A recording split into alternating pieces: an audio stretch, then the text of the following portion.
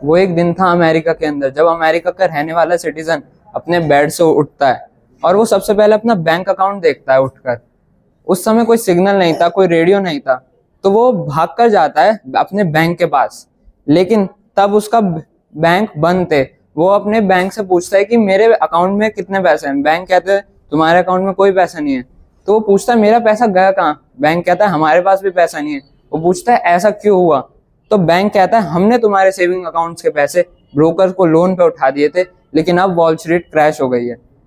इस हादसे को इतिहासकारों ने द ग्रेट डिप्रेशन के नाम से जाना है। तो आज हम इसी के ऊपर बात करने वाले हैं, ये कैसे शुरू हुआ था और इसके क्या क्या प्रभाव पड़े हैं हमारे भारत में जब हम ब्रिटिश कॉलोनियल पीरियड के अंदर थे, और आगे की बात करते हैं। सबसे पहले ये सब शुरू कहां से हुआ। वो समय था रोरिंग ट्वेंटीज के नाम से।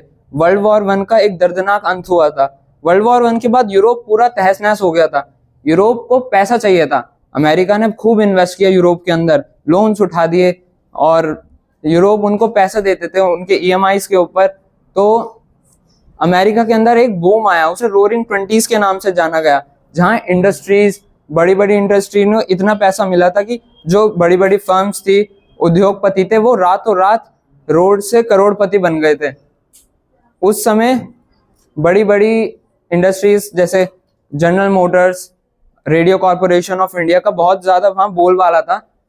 तब हमने देखा था कि अमेरिका को लगता था कि ये हमारा गोल्डन पीरियड आ गया है, ये हमेशा चलेगा। लोग अपना पैसा शेयर मार्केट्स में इन्वेस्ट कर रहे थे क्योंकि रातों रात सारे शेयर्स बहुत ऊपर जा रहे थे। सब लोग अमीर होना चाहते थे। लोगों ने पैसे अपने ना यूज करके ब्रोकर से लोन लिया। और ब्रोकर्स किससे लोन लेते थे? लोगों के शेयर सर्टिफिकेट को गिरवी रखकर बैंक के पास ब्रोकर उनसे लोन लेते थे और अपना आगे उनको शेयर्स खरीदते थे।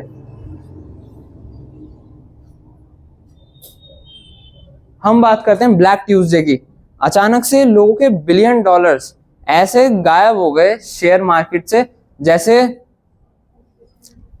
उन्होंने ऐसा कभी नहीं सोचा था कि उनका गोल्डन एज में कैसे गायब हो गए। ब्लैक ट्यूसडे का ये 29 अक्टूबर 1929 का समय था, जब जो ब्रोकर्स थे उन्होंने अपने वो बढ़ा दिए थे, डबल चार्जेस पे लेने लगे थे। वो 20% कमीशन लेते थे लोगों से। लोगों को पैसा उन्हें देना था तो लोगों ने बैंक के पास भागे और लोगों को बैंक से लोन भी चुकाना था। लोगों ने जो लोन ले रखा था ब्रोकर्स को देने के लिए बैंक से, उन्हें वो चुकाना था। तो उसके लिए उन्होंने अपने शेयर्स किसी भी प्राइस में बेच दिए। $500 का शेयर है, मार्केट सुबह सुबह खुली है, उन्होंने किसी भी शेयर पे बेच दिए, कम में बेचे, मंदी में बेचे, लेकिन उनको कुछ भी करके पैसे चुकाने थे। इतना ज्यादा गिरावट आई उस दिन मार्केट के अंदर। ब्लैक ट्यूसडे इसको बोला जाता है कि बिलियंस ऑफ डॉलर्स, 1929 का वक्त है ये, बिलियंस ऑफ डॉलर मार्केट से एक दिन के अंदर वाइप आउट हो गए थे। Banking collapse. लोगों का बैंक सिस्टम पे बहुत ट्रस्ट था उस समय, लेकिन वो अचानक से मिट्टी में मिल गया क्योंकि 1932 के एंड तक 9000 बैंक्स बंद हो गए थे। बैंक के पास आगे सर्कुलेट करने के लिए पैसा नहीं था। उन्होंने वो स्टॉक्स में लगा रखा था, शेयर मार्केट्स में। चाहे कोई डॉक्टर हो, इंजीनियर हो, कोई रेलवे का कर्मचारी हो, कोई सिविल में काम करता हो, सब ने अपना पैसा शेयर में लगा रखा था। यहाँ तक बैंक्स ने भी लगा रखा था। तो उनके पास तो पैसा बचा नहीं था, तो लोगों का ट्रस्ट उनके ऊपर से खत्म होने लगा धीरे धीरे। और 9000 के करीब बैंक बंद हो चुके थे 1932 के एंड तक। ह्यूमंस ने क्या क्या स्ट्रगल्स फेस करे, इसमें हमारी क्या क्या इसमें अहमियत थी इंसानों की। इंसानों ने बहुत सारी अहमियत चुकाई। लोग गरीब हो गए थे, लोग रोड पे आ गए थे। जो उन्होंने होम लोन ले रखा था गवर्नमेंट से, गवर्नमेंट को तो अपने पैसों से मतलब है, तो उन्होंने उनसे कहा कि हमारे या तो लोन चुकाओ या तो अपना घर दे दो। तो गवर्नमेंट सारे घर खाली करा दिए। लेकिन घर खाली होने के साथ वो लोग रहेंगे कहाँ? उनपे तो पैसा बचा नहीं है रहने के लिए, तो वो सड़कों पे ही आ गए। ये जो क्राइसिस थी उस समय के यूएस के जो प्रेसिडेंट हूवर थे, उनके दौर में आई थी। लोग उन्हें जिम्मेदार ठहराते थे इस पूरी क्राइसिस का, क्योंकि वो कहते थे कि गवर्नमेंट का इसमें कोई रोल नहीं है, स्टॉक मार्केट अपने आप गिरी है, वो अपने आप सही हो जाएगी।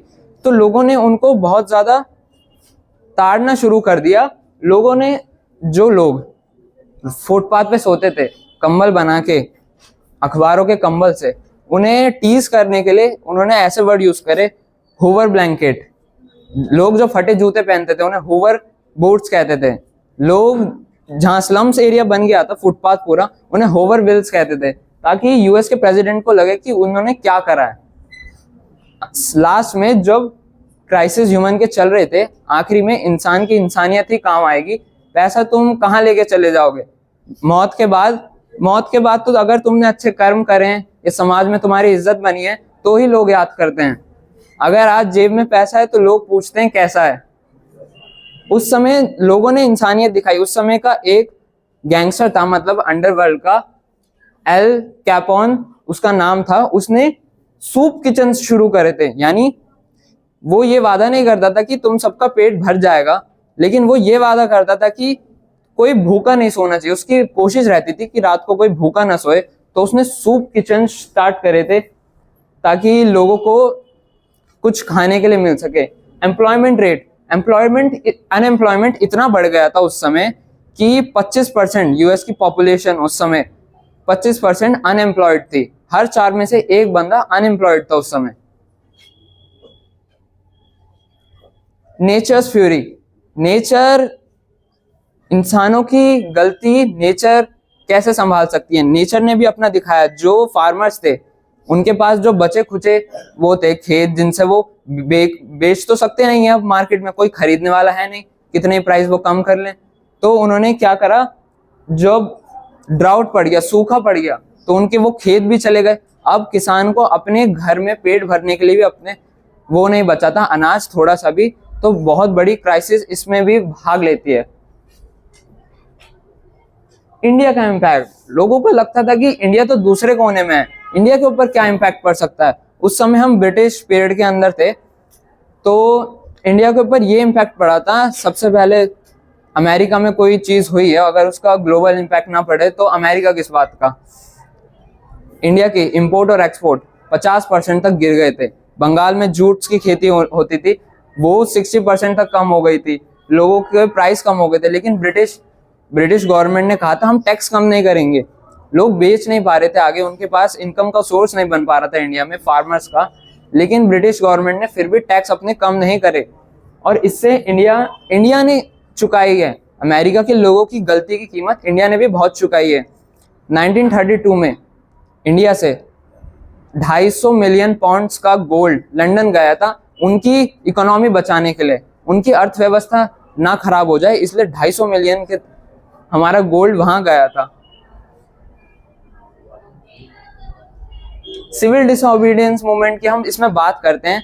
जब इंडिया के लोग भड़क गए थे कि ये टैक्स कम नहीं कर रहे, हमारे पास अब इनको देने के लिए कुछ बचा नहीं है, तब गांधी जी की सिविल डिसओबीडियंस मूवमेंट और कॉलोनियल एक्सप्लॉयटेशन को देखते हुए इंडिया में पूर्ण स्वराज की मांग करनी शुरू कर दी। तब हमारे इंडिया के जो रेवोल्यूशनर्स थे और रेवोल्यूशंस थे, उनमें ज्यादा वो आई तेजी, और जल्दी जल्दी हमारे यहाँ रेवोल्यूशन होने लगे। न्यू डील, फिर हूवर, जो वहां प्रेसिडेंट हूवर थे, लोगों को वो पसंद नहीं थे, तो वो उनकी सरकार जब चेंज हुई तब उन्होंने नए प्रेसिडेंट अपने चुने। फ्रैंकलिन डी रूजवेल्ट, वो उस समय न्यूयॉर्क के मेयर थे। वो पोलियो से ग्रस्त थे, तो वो हैंडीकैप थे, लेकिन वो चाहते थे कि अमेरिका फिर से राइज करे, अमेरिका को ग्रेट बनाना था उन्हें। तो उन्होंने एक प्रस्तावना पास करी न्यू डील के नाम से। उन्होंने सारे सरकारी काम तेज कर दिए, बिल्डिंग्स बनवाना, डैम्स बनवाना, प्रोजेक्ट्स बनवाना, म्युनिसिपल के काम उन्होंने तेजी से कर दिए, लोगों को एम्प्लॉयमेंट देने लगे, रिलीफ कैंप्स उन्होंने लगाए, रिकवरी, उन्होंने वो चाहते थे कि हमारी अर्थव्यवस्था आने वाले कुछ सालों में जल्द से जल्द रिकवर हो जाए। तो उन्होंने लोगों के घर बनवाए थे और लोगों को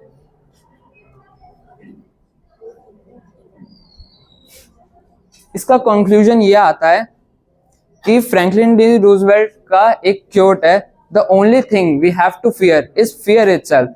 हमें सिर्फ डरने के लिए हमारे पास सिर्फ एक ही चीज है, वो खुद डर है। हमें डर से ही डरना है, और हमारी लड़ाई अपने आप से है, किसी और से नहीं है। तो लास्ट में जब यूरोप की पूरी इकोनॉमी फिर से बन रही थी, तो हमने तो देखा कि इसमें सेकेंड वर्ल्ड वॉर का भी बहुत बड़ा इम्पैक्ट रहा है। जब क्राइसिस चल रहे थे, तो डिक्टेटर्स ने, लोगों ने खाली पेट ना सोने के लिए डिक्टेटर्स को अपना वो चुना, मतलब लोग अपने खाली पेट के लिए डिक्टेटर्स के जाने लगे, डेमोक्रेसी से हटकर। तो हिटलर को इससे बूम मिला था, जिसकी वजह से वर्ल्ड वॉर 2 में इसका भागीदारी बहुत ज्यादा रही थी। और मैं आखिरी बात सिर्फ यही कहना चाहूंगा कि अर्थव्यवस्था किसी देश की अर्थव्यवस्था सिर्फ कागजों तक सीमित है, लेकिन वो देश इंसानियत के ऊपर जिंदा है। जिस इंसानियत और यूनिटी से हमने अपना देश खड़ा करा था, देश का निर्माण करा था, वही इंसानियत हमारे देश को आगे लेके जा सकती है। धन्यवाद।